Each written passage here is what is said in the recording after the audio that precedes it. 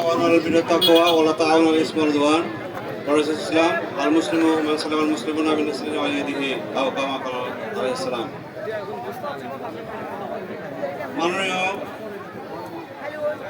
সংসদ সদস্য বিএনপির পৌরসাদ জনাব মুর্শিদ বিন সাহেব মাননীয় আগমন উপলক্ষে আজকের এই অনুষ্ঠানে সম্মানিত সভাপতি,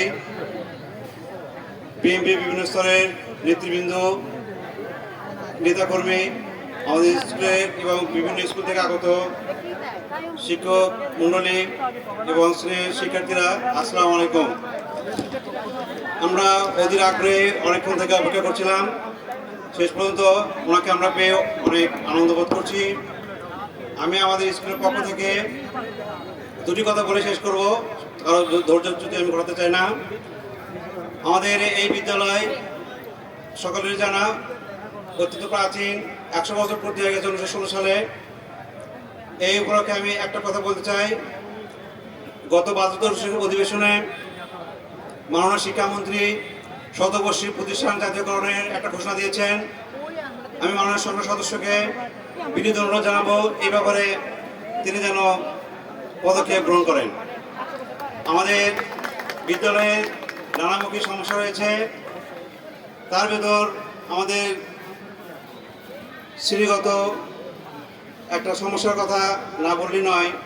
আমাদের স্কুলে ষষ্ঠ, সপ্তম এবং অষ্টম শ্রেণীতে 3টে করে শাখা রয়েছে, কিন্তু দুঃখজনক ষষ্ঠ শ্রেণীর কোনো কাগজপত্র নেই। এই জন্য আমাদের এই ষষ্ঠ শ্রেণীর শাখার কোনো শিক্ষক দেওয়া নাই। শাখা আমাদের খোলা আছে ঠিকই, শাখা চালু আছে, কিন্তু শিক্ষক আমরা নিয়োগ দিতে পারছি না। এই ব্যাপারে আমি মাননীয় সংসদ সদস্যের দৃষ্টি আকর্ষণ করছি। আমাদের বিদ্যালয়ে অনেক মেয়ে কমন রুমে পর্যাপ্ত বসার জায়গা নেই, সিচুয়েশনের সমস্যা রয়েছে। এর জন্য একটা বাস্তব এবং স্বাস্থ্য উপযোগী একটা কমন রুম এবং সিচুয়েশনের ব্যবহারে উদ্যোগ গ্রহণ করেন।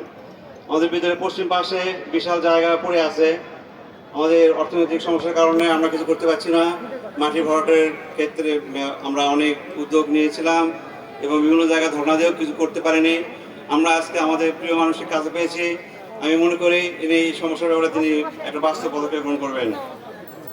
আমাদের যে বিশাল মাঠ, আমাদের গাবতলীর ভিতর মনে হয় এটাই সর্বশ্রেষ্ঠ বড় মাঠ, কিন্তু আমি আমার শিক্ষকতার 30 বছরে এখানে মাঠের কোনো সংস্কারের কোনো উদ্যোগ দেখিনি। এক ভার বা এক ট্রাক মাঠও ফেলতে আমি দেখিনি। এখন বর্তমানে বৃষ্টি হলেই এই মাঠ খেলার অনুপযোগী হয়ে যায়। এই মাঠের সংস্কারের ব্যাপারে তিনি একটু বাস্তব ব্যবস্থা গ্রহণ করুন বলে আমি আশা রাখি। আমাদের শ্রেণীকক্ষের এখনও সংকট রয়েছে, এটা বলতে দুঃখ হয়। অনেক সময় আমাদের শ্রেণীকক্ষের অভাবে এখনও মাঠে ক্লাস নিতে হয়, যখন ভাঙ্গা ক্লাস, সায়েন্স আর্টসের ক্লাস বা ট্রেনের ক্লাস নিতে হয়।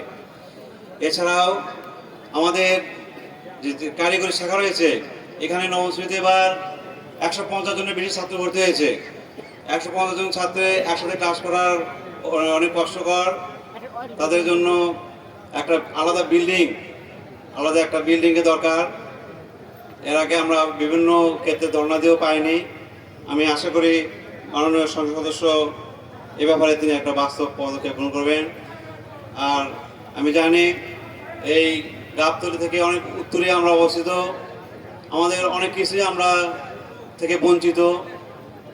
আমি জানি যে মাননীয় সংসদ সদস্যের অত্যন্ত প্রিয় মানুষ আমাদের বর্তমান বিদ্যালয়ের সভাপতি সাহেব, তিনি আমাদের এই সমস্যাগুলো তিনি আমার সাথে একান্ত আলোচনা করবেন এবং সমাধানের ব্যাপারে তিনি বাস্তব পদক্ষেপ গ্রহণ করবেন।